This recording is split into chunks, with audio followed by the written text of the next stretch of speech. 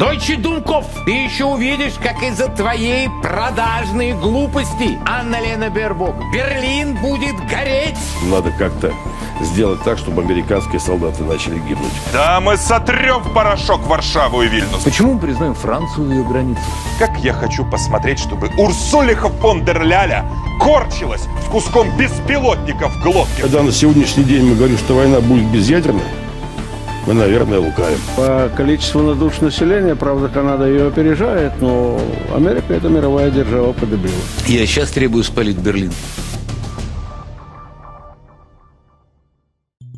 Welcome to another episode of Russian Hate Speech, where we break down the Kremlin's latest lies against the West.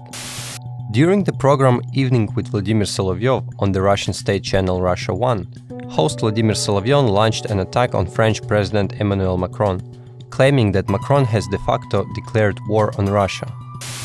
Macron has challenged us. De facto, he has declared war on Russia. His speech was nothing but a set of lies. We can analyze Macron's speech, and practically every word is an absolute lie. But that doesn't even matter. It's clear that Macron is not following in the footsteps of Napoleon because, unlike Macron, Napoleon was at least a man. Instead, Macron has chosen the path of Marshal Pétain, the Nazi path, the traditions of Nazism. He is not a successor of de Gaulle. No red partisans. No Normandy Niemen. No, this is the Charlemagne division. This is a classic Nazi scenario, with elements of Nazi rhetoric.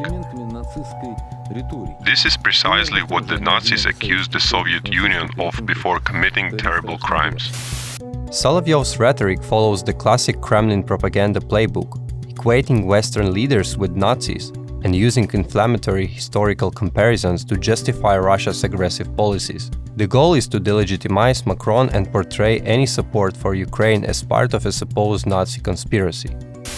On Evening with Vladimir Solovyov, the host also spread hate speech targeting the Baltic States. But they do one thing very well. They hate Russia with all their might. The only product the Baltic States produce in any significant quantity these days is Russophobia. Everything else they don't do so well. The nuclear umbrella will be a very serious deterrent against Russia, and it is crucial to use every opportunity to strengthen our resilience, especially on the eastern flank. Tell me, what's the population of this head-shaking weirdo? 1.5 million? So, this is a country that you can barely find on the map, with a population that fits into a single Moscow district. And now he's threatening us, shaking his head. 0.25% of Europe's population. What kind of nuclear umbrella? He doesn't even qualify for an umbrella spoke. And these people think they have the right to dictate how a half-billion-strong Europe should live? These people, who don't even make up 1% of the EU. What are they even talking about? Is Europe really supposed to burn in a nuclear fire for the sake of these half-wits? This segment highlights how Russian propaganda attempts to belittle and insult smaller European nations, portraying them as insignificant and undeserving of international security guarantees. The goal is to erode European unity and suggest that defending the Baltics is not worth the effort. On the Russia 1 TV channel, Andrei Mamykin, journalist, politician, and former member of the European Parliament from Latvia, stated, More and more of the political establishment in Estonia and Latvia, various columnists, analysts, and others are saying, well, if Ukraine collapses now, we will be occupied. The secret is that one must earn the right to be occupied by Russia. By framing Baltic fears of Russian invasion as something that must be earned, he dismisses legitimate security concerns and reinforces the idea that Russia has the authority to decide the fate of other countries.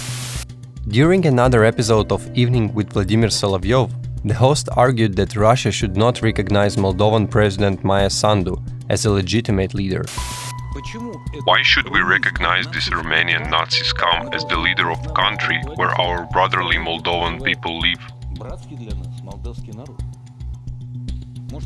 Maybe it's time for us to act decisively, extremely harshly, and call all these Nazi bastards exactly what they are, refusing to recognize their right to rule the Moldovan people. Especially since the Romanian Nazi has no such right. Not even close. I don't think we ever officially recognized. And we should act accordingly.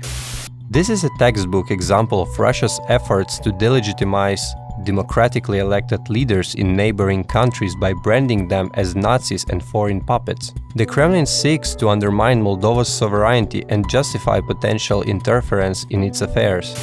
On 60 Minutes special edition on Russia 1, military expert Alexei Lyankov pushed the narrative that Britain is conducting sabotage operations against Russia under the guise of peacekeeping in Ukraine. We will see continued fighting, but we will also observe sabotage operations.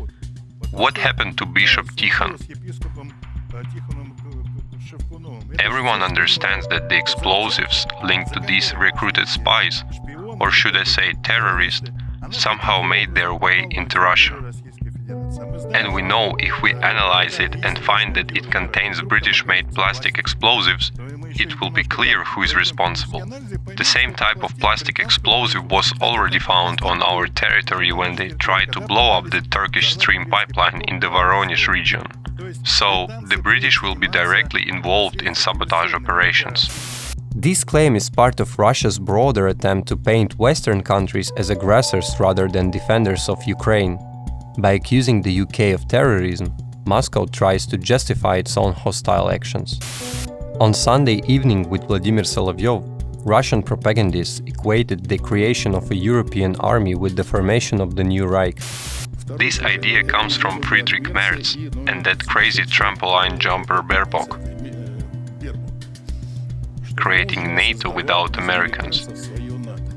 This is an old story. There have already been 3 attempts to create a European army. This is a Reich.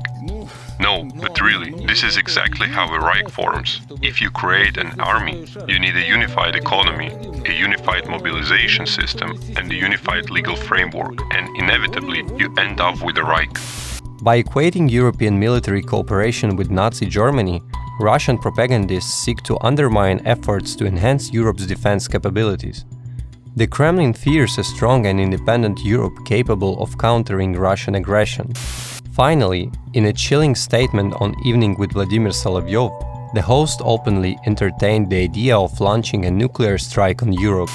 Duda and the others say, and Ursula von der Leyen says, we must start an arms race. By 2029, 2030, we must reach a level where we are economically and militarily ready to destroy Russia.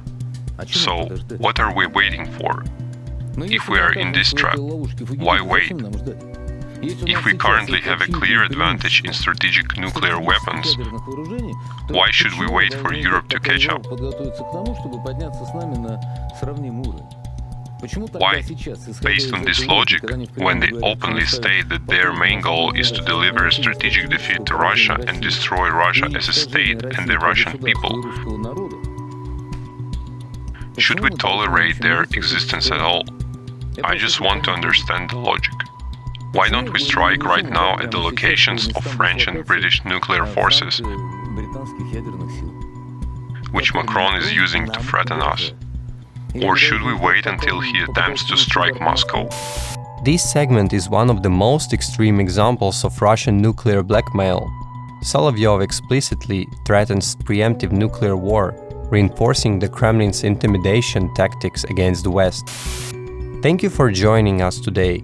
Stay tuned for the next episode of Russian Hate Speech, as we continue exposing the Kremlin's war on reality.